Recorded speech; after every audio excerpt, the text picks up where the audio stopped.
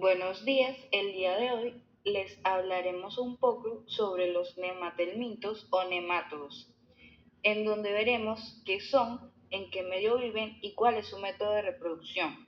Por otra parte, observaremos su clasificación y qué especies hay dentro de ella, resaltando también las de interés veterinario. Trataremos los métodos que se utilizan para encontrar a los nemátodos, así como también su diagnóstico en el laboratorio. Y para finalizar, observaremos su morfología y cómo están compuestos.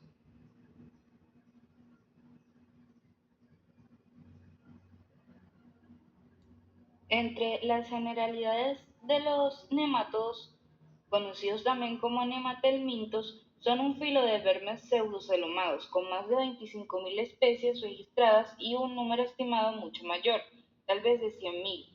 Forman el cuarto filo más grande del reino animal, por lo que se refiere al número de especies. Se conocen vulgarmente como gusanos redondos o gusanos cilíndricos debido a la forma de su cuerpo en un corte transversal. Son organismos esencialmente acuáticos, aunque proliferan también en ambientes terrestres. Se distinguen de otros gusanos por ser pseudocelomados, a diferencia de los anélidos, que son celomados al igual que los animales superiores.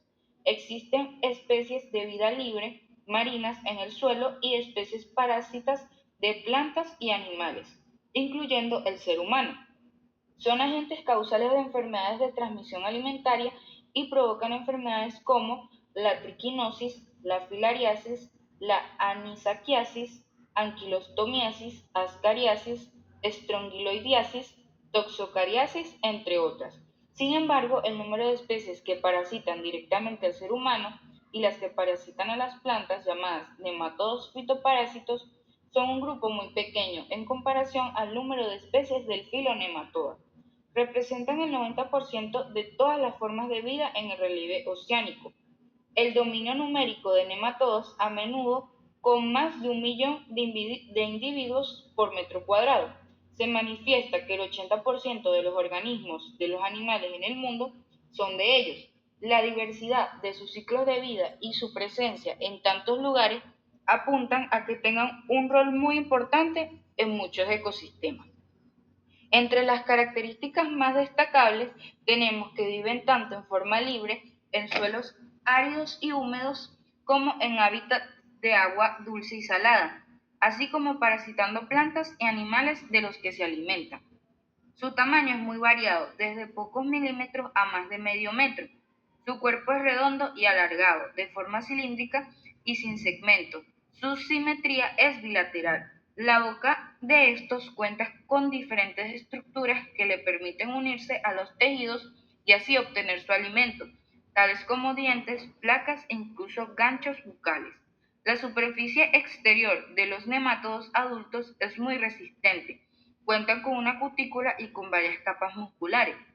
En cuanto a su alimentación, han desarrollado diferentes estrategias, tales como la aspiración para la ingestión de sangre, absorción de tejidos destruidos, así como de contenido intestinal y de nutrientes presentes en diferentes líquidos corporales en animales y de savia en plantas. La reproducción de estos puede ser tanto sexual como asexual, mediante partenogénesis, fragmentación o embriogénesis, según las condiciones y de supervivencia que se encuentren los adultos. De estos optarán por un método reproductivo u otro.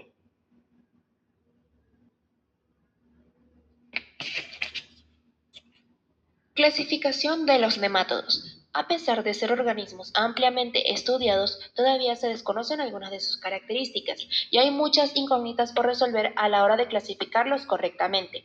Sin embargo, en el pasado sí hay un acuerdo en la comunidad científica para dividir a los nemátodos en dos clases, los adenoforios y los cercenentios. Cercenentia es el grupo principal de nemátodos, incluyendo algunas de las especies de gusanos redondos más conocidas como Caernor habditis elegans, ampliamente usado en investigación investigación. Normalmente viven en tierra. Los machos poseen un testículo y su aparato secretor es tubular.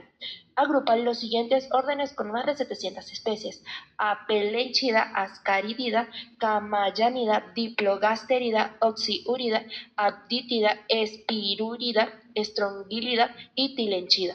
Los adenoforios son invertebrados que viven tanto en agua dulce como marina. También algunos grupos viven en la tierra. Entre sus características destacan la ausencia de glándulas fascidiales.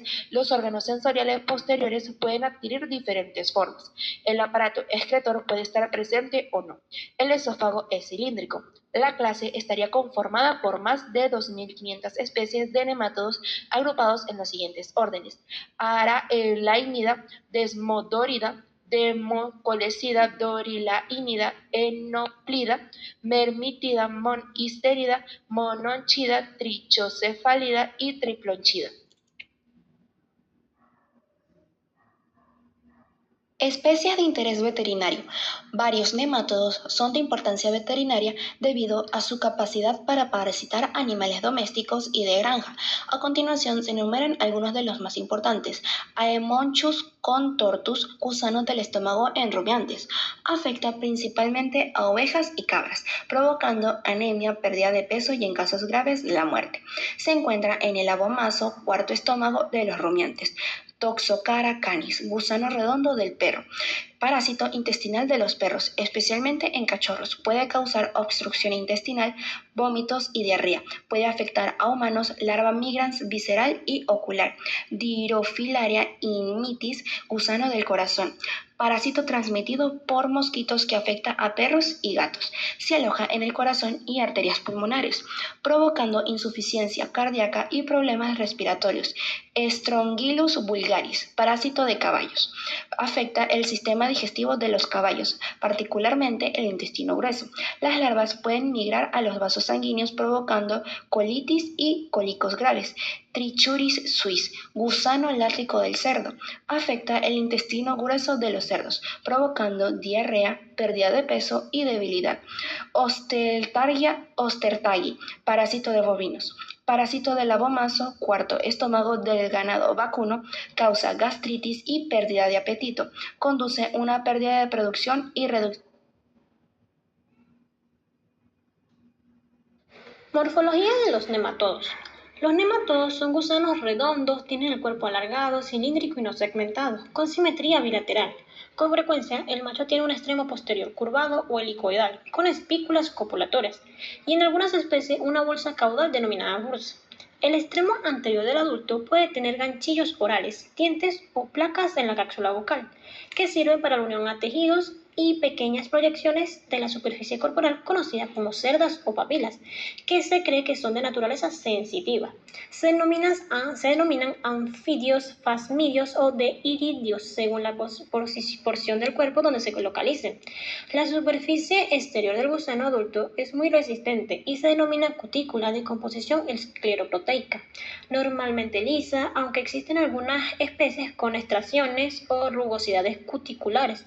Bajo la cutícula se encuentran varias capas musculares y un espacio compuesto de líquido que funciona como un esqueleto hidrostático llamado pseudocele, el cual favorece la distribución de nutrientes y la recolección de productos de excreción, y en el cual también se encuentran las gónadas. Todos los órganos flotan dentro de este líquido.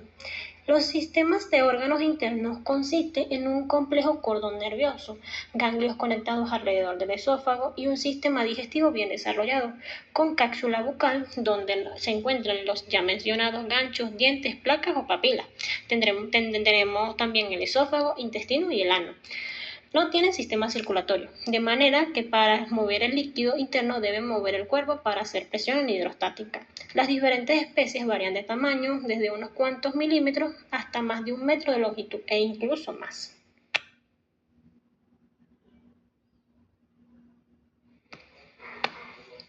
Reproducción de los nemátodos.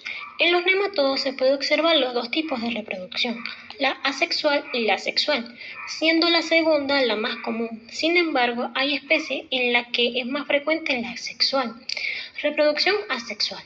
La reproducción asexual es aquella que no involucra la fusión de ningún tipo de célula sexual, por lo que no es necesaria la interacción entre dos individuos.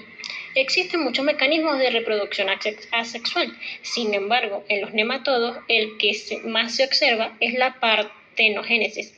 Este es un mecanismo que consiste en que las células reproductoras femeninas, los óvulos, comienzan a experimentar una serie de divisiones mitóticas hasta que se convierten en un individuo adulto y se cree que es inducida por ciertas condiciones ambientales. Reproducción sexual. La reproducción sexual es la que más se observa en los nematodos. El fundamento de este tipo de reproducción es la fusión o unión de gametos, que serían las células sexuales, masculinas y femeninas, con la finalidad de generar un nuevo individuo. En los nematodos, este tipo de reproducción contempla la fecundación de tipo interna. Esta consiste en que la fecundación ocurre en el interior del cuerpo de la hembra. La mayoría de los ejemplares machos presentan una estructura conocida como espículas, las cuales en ocasiones se encuentran asociadas a bolsas copulatorias. Estas espículas son utilizadas como órgano copulador, a través del cual el macho introduce sus gametos masculinos en el interior del cuerpo de la hembra, para dar lugar a la fecundación. Asimismo, los nematodos son organismos ovíparos, lo que quiere decir que se reproducen por huevos. Una vez que ocurre la fecundación, las hembras son capaces de producir miles de huevos. Algunas especies incluso pueden llegar a producir millones de huevos.